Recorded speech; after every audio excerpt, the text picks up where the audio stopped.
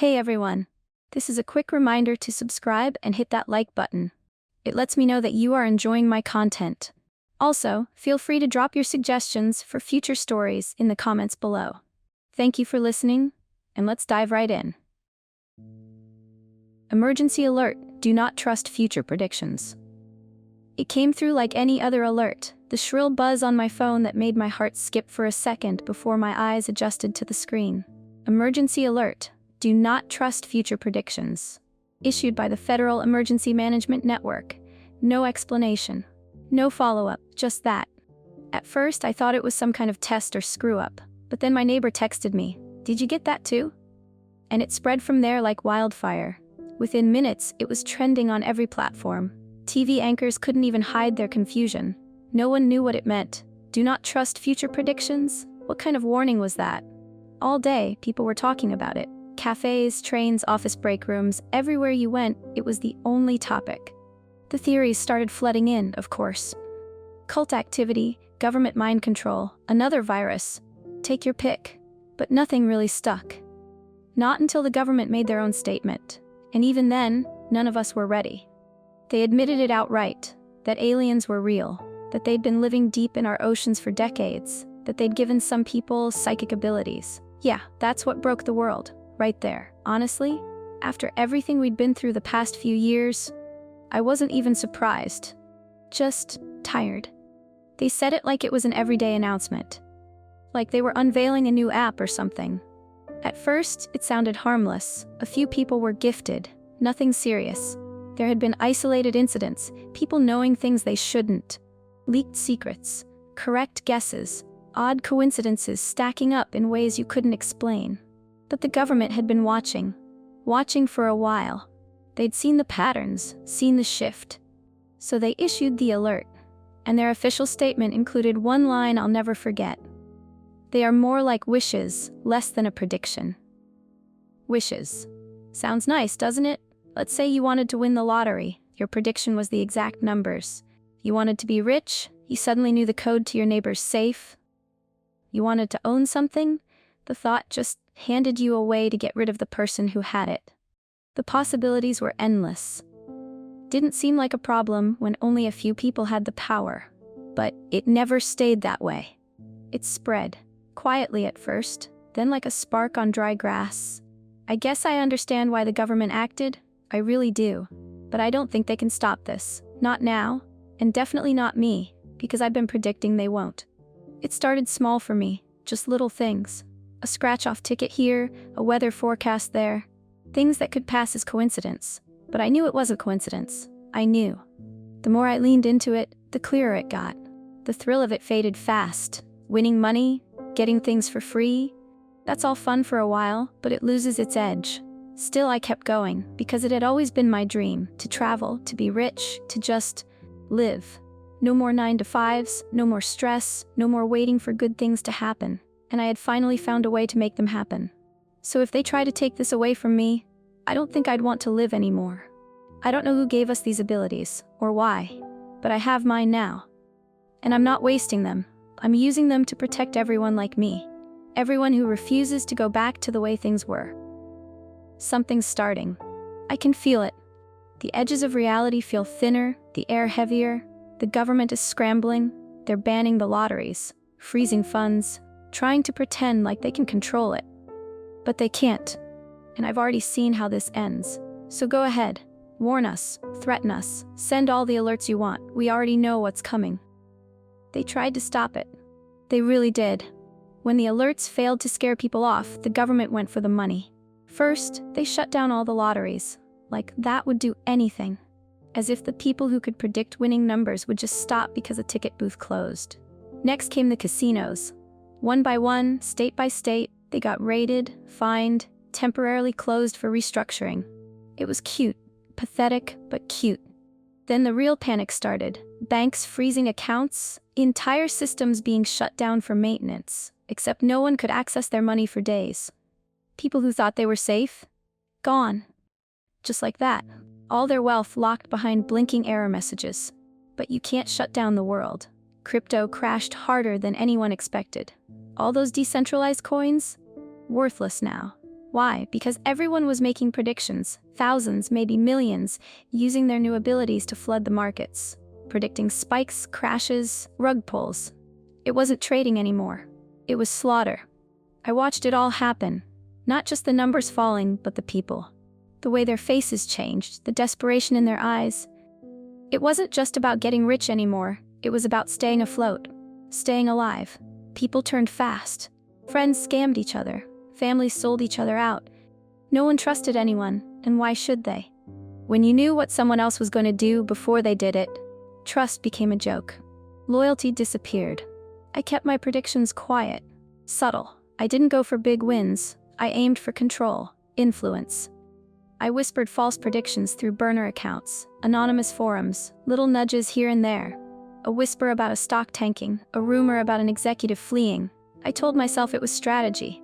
But really, it was sabotage. They still don't know it was me, and honestly, that makes it even better. The more they pulled at the strings, the worse it got.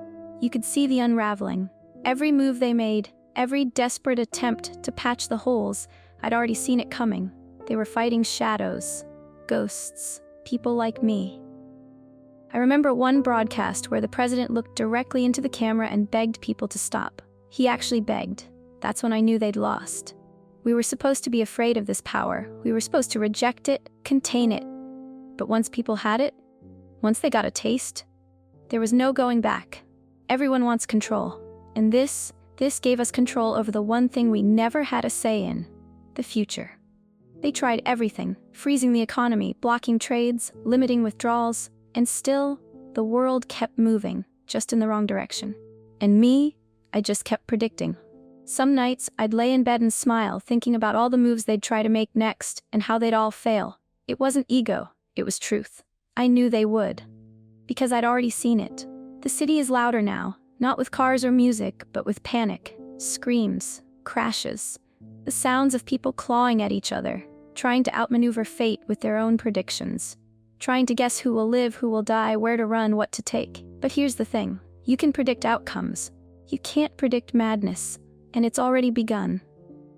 It wasn't just chaos in the streets anymore, it was inside our homes, our heads, our hearts. The predictions weren't just numbers or events, they were emotions, intentions, fears wrapped up in certainty. Everyone thought they were one step ahead. Everyone believed they were right. That's what made it so dangerous. I kept to myself for the most part. I didn't flaunt my ability like some of them did. I was smarter than that. But then, the vision came. Not like the others. This one didn't feel like a prediction, it felt like a warning. I saw him, his face twisted with panic, sweat pouring down his forehead, his arm raised, trembling, gripping a knife. I saw him lunge at me. I saw the blade flash, and I saw myself on the floor. My body jerking, my mouth open, but no sound. And then I saw it again, same vision, same man, but this time, I was standing over him. It wasn't a choice. That's what I keep telling myself, it was survival. He came to the door like he always did. We used to share food, talk about the news, pretend like things weren't falling apart. But that night, I knew. I'd already seen it. He looked scared.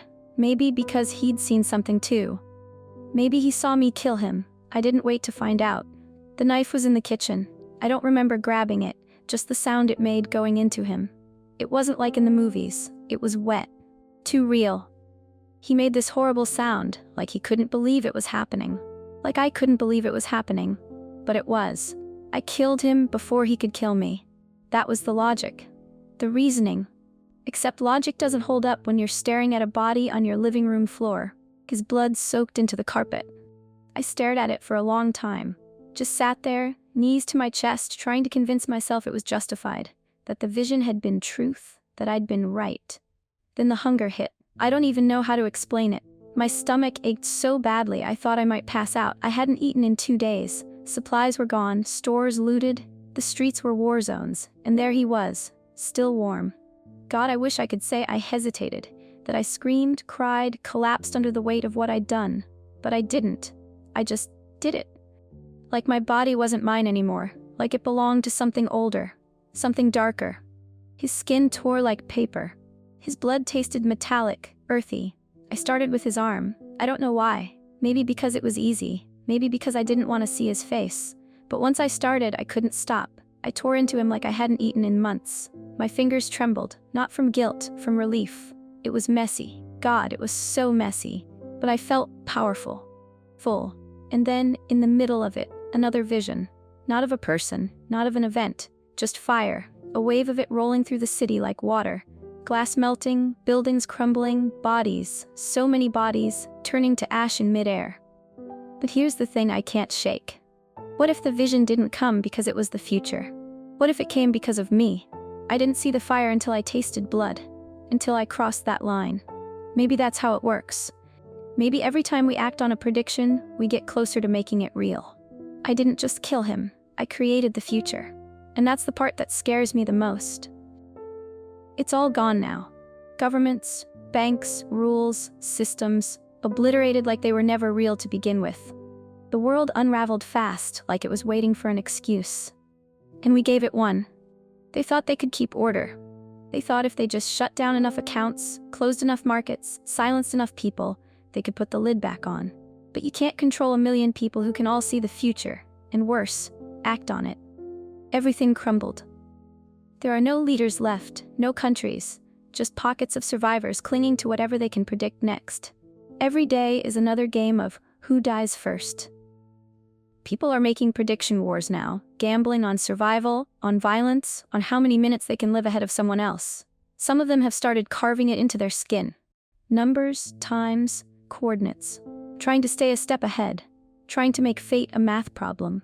But fate doesn't care. I stopped hearing from people days ago, maybe weeks, I don't know. I lost count. The internet is dead, power's out. The last message I got was from someone asking if I could predict where to find food.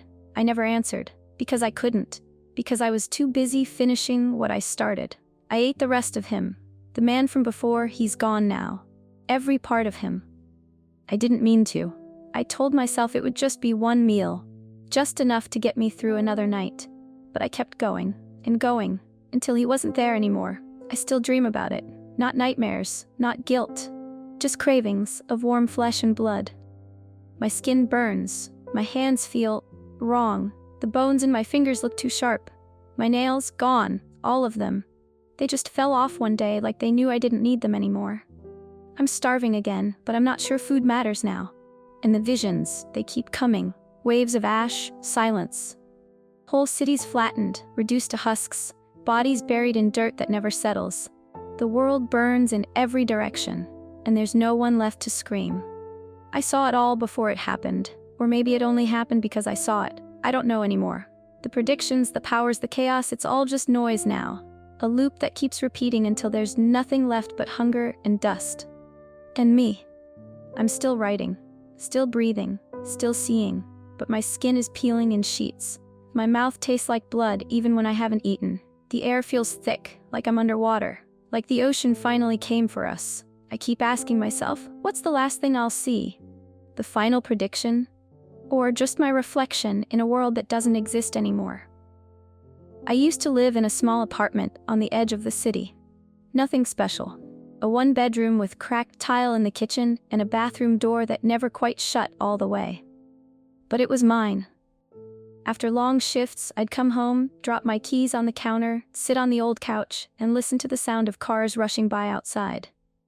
There was something comforting about it, the hum of life. People shouting, laughing, honking their horns, trying to make it to wherever they were going. I used to watch them from my window, wondering where they were headed, wondering if they were happy. Now, the apartment feels like a tomb. The walls are peeling. Not just the paint, but the actual drywall. Cracks snake up from the baseboards like veins. The ceiling's yellowed. The light bulbs haven't worked in weeks. I sit here in the dark, curtains drawn tight, barely moving. Outside, the world has died. The streets are lined with abandoned cars. Some are still running, headlights casting long, broken beams into the ash. I don't remember what day it is. Don't care. The people who used to walk these sidewalks are gone. Some ran, some turned. Most never made it. A few still wander. They don't speak, don't look up. Just drift like ghosts, hungry and hollow. I see them through the cracks in my curtains, faces smeared with blood, eyes blank, fingers twitching. They used to be people I knew. Now they're just waiting for something that isn't coming. But I don't care. Why should I? The world still spins, technically. But it's not my world anymore. Everything is wrong now. The air tastes like metal, bitter and dry. There's smoke, but no fire. The sky never changes, just a sick gray that hangs low, heavy, like it's morning. I haven't seen the sun in, I don't even know. I don't remember what warmth feels like. I haven't walked in daylight since this all began. Haven't wanted to. And the silence? It's not peaceful. It's loud in its own way, like the world is holding its breath. Like something's still watching. When I think about the life I had before, it feels like fiction. I used to work, used to grocery shop, used to care about stupid things like rent and bills and what brand of coffee I liked. Now I write in bloodstained notebooks and listen for footsteps in the hallway that never come. The city outside is frozen, but not in time. In fear. In madness. In hunger. Even my reflection feels wrong. I caught a glimpse in the mirror once, and it didn't move right. There was a delay. Just a second, but enough to make me stop breathing. I don't look anymore. The girl I used to be, she's gone. She vanished sometime between the first prediction and the first bite. I barely remember her voice, her face, her laugh. She used to dream. She used to feel. Now, all I feel is hunger. The predictions still come, sure. But they don't matter. Not anymore. There's nothing left to predict, nothing left to want. The world is ashes, and I'm just watching it fall, one piece at a time. What's left now are ruins. People took the future and tore it into pieces. The power of prediction wasn't a gift. It was a mirror, a magnifying glass over everything twisted in us. I don't remember when I last heard another voice. The radio went static weeks ago. I talk to myself sometimes, whisper things I don't believe just to make noise. The walls don't answer, but they listen. I stay inside mostly. My apartment's a wreck. Blood-stained floors, shattered dishes, bones. His bones. The last man. The only man. I ate all of him. Bit by bit. Couldn't stop. It didn't even feel wrong. The hunger was stronger than reason, stronger than grief or guilt or shame. I ate until there was nothing left to eat. Then I waited for the craving to fade. It didn't. My body's not holding up. The hand I'm writing with, I can see the bones now. The skin's peeling like old paint. The fingernails are gone. Just raw, dark flesh where they used to be. Every time I touch the page, it smears a little. Ink and blood. I don't know how much time has passed. Hours? Days? Time doesn't work right anymore. I still see things, even now, even with the world ash gray and silent. I see burning skies, shadows with teeth, cities swallowed by black water. I see myself standing at the edge of it all, alone, always alone. But it's not fear I feel. It's not sadness either. It's still that same gnawing ache in my gut, that same dark thing crawling up my spine. I won. That's what I keep telling myself. I predicted all of it, every fall, every scream, every crack in the system. And I was right. I was right. So why does it feel like I lost? Why does everything taste like dust now? I can't feel my legs anymore. Just numbness creeping up from the floor, wrapping itself around my ribs like vines. I'm fading. That much I know, and I'm still writing. Still trying to make sense of it. Still hoping for something that feels like an ending. But there's nothing left to see. Nothing left to say, and nothing left to live for.